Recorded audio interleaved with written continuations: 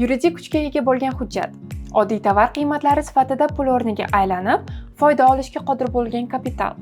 Qisqa qilib aytadigan bo'lsak, bu qimmatli qog'ozlar ifodasi. Tushunganingizdek, bugun aynan qimmatli qog'ozlar va ularga bog'liq bo'lgan asosiy tushunchalar bilan tanishamiz.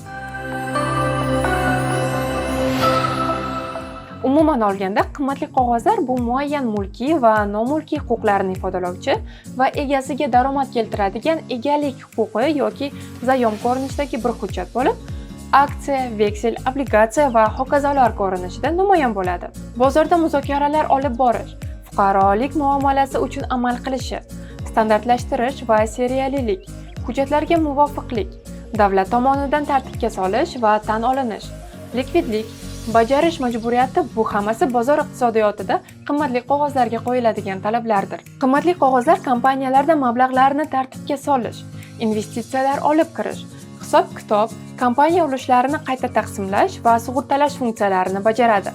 Ularning asosiy funksiyasi o'z egasiga mulk ulushini olish huquqini beradi yoki ushbu qimmatli qog'ozlarni chiqargan shaxsga yo kompaniyaga pul berganini tasdiqlaydi. Qimmatli qog'ozlar turlari haqida to'xtalib o'tamiz. Ular ikki turdan iborat bo'lib, asosiy va hosilaviy hisoblanadi.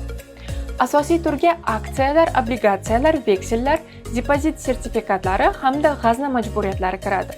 Hosilaviy qimmatli qog'ozlar qayd qilingan daromadga ega qimmatli qog'ozlar, xorijiy valyuta yoki qandaydir mahsulotlar bahosiga bog'liq bo'lgan moliyaviy vositalar.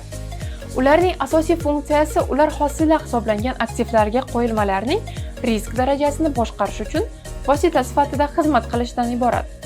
Qimmatli qog'ozlar korxona kapitalida qatnashish yoki pulni suddaga taqdim etish va dividend yoki foiz tarzida daromad olish huquqini beradi.